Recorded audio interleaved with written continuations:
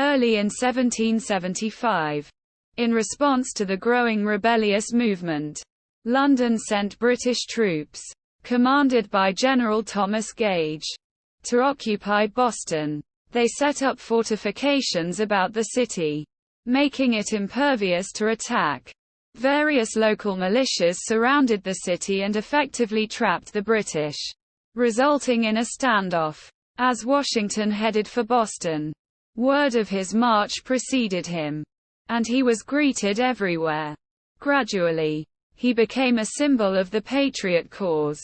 Upon arrival on July 2, 1775, 2 weeks after the Patriot defeat at nearby Bunker Hill, he set up his Cambridge, Massachusetts, headquarters and inspected the new army there, only to find an undisciplined and badly outfitted militia.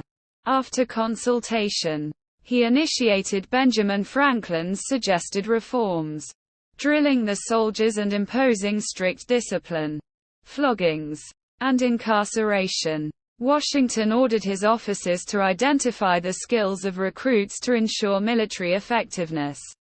While removing incompetent officers, he petitioned Gage, his former superior, to release captured Patriot officers from prison and treat them humanely.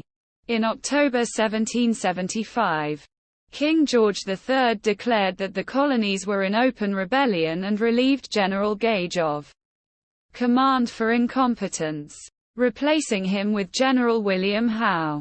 The Continental Army, further diminished by expiring short-term enlistments, and by January 1776 reduced by half to 9,600 men, had to be supplemented with the militia, and was joined by Knox with heavy artillery captured from Fort Ticonderoga.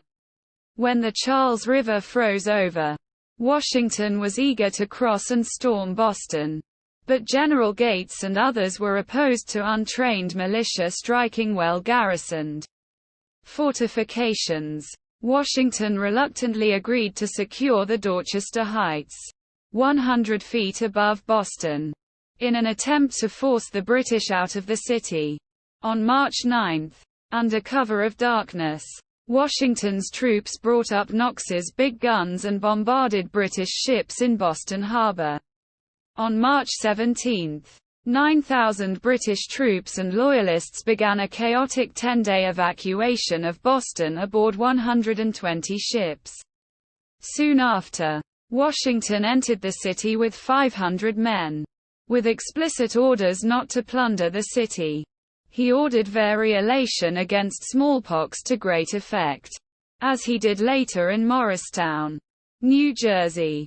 He refrained from exerting military authority in Boston, leaving civilian matters in the hands of local authorities.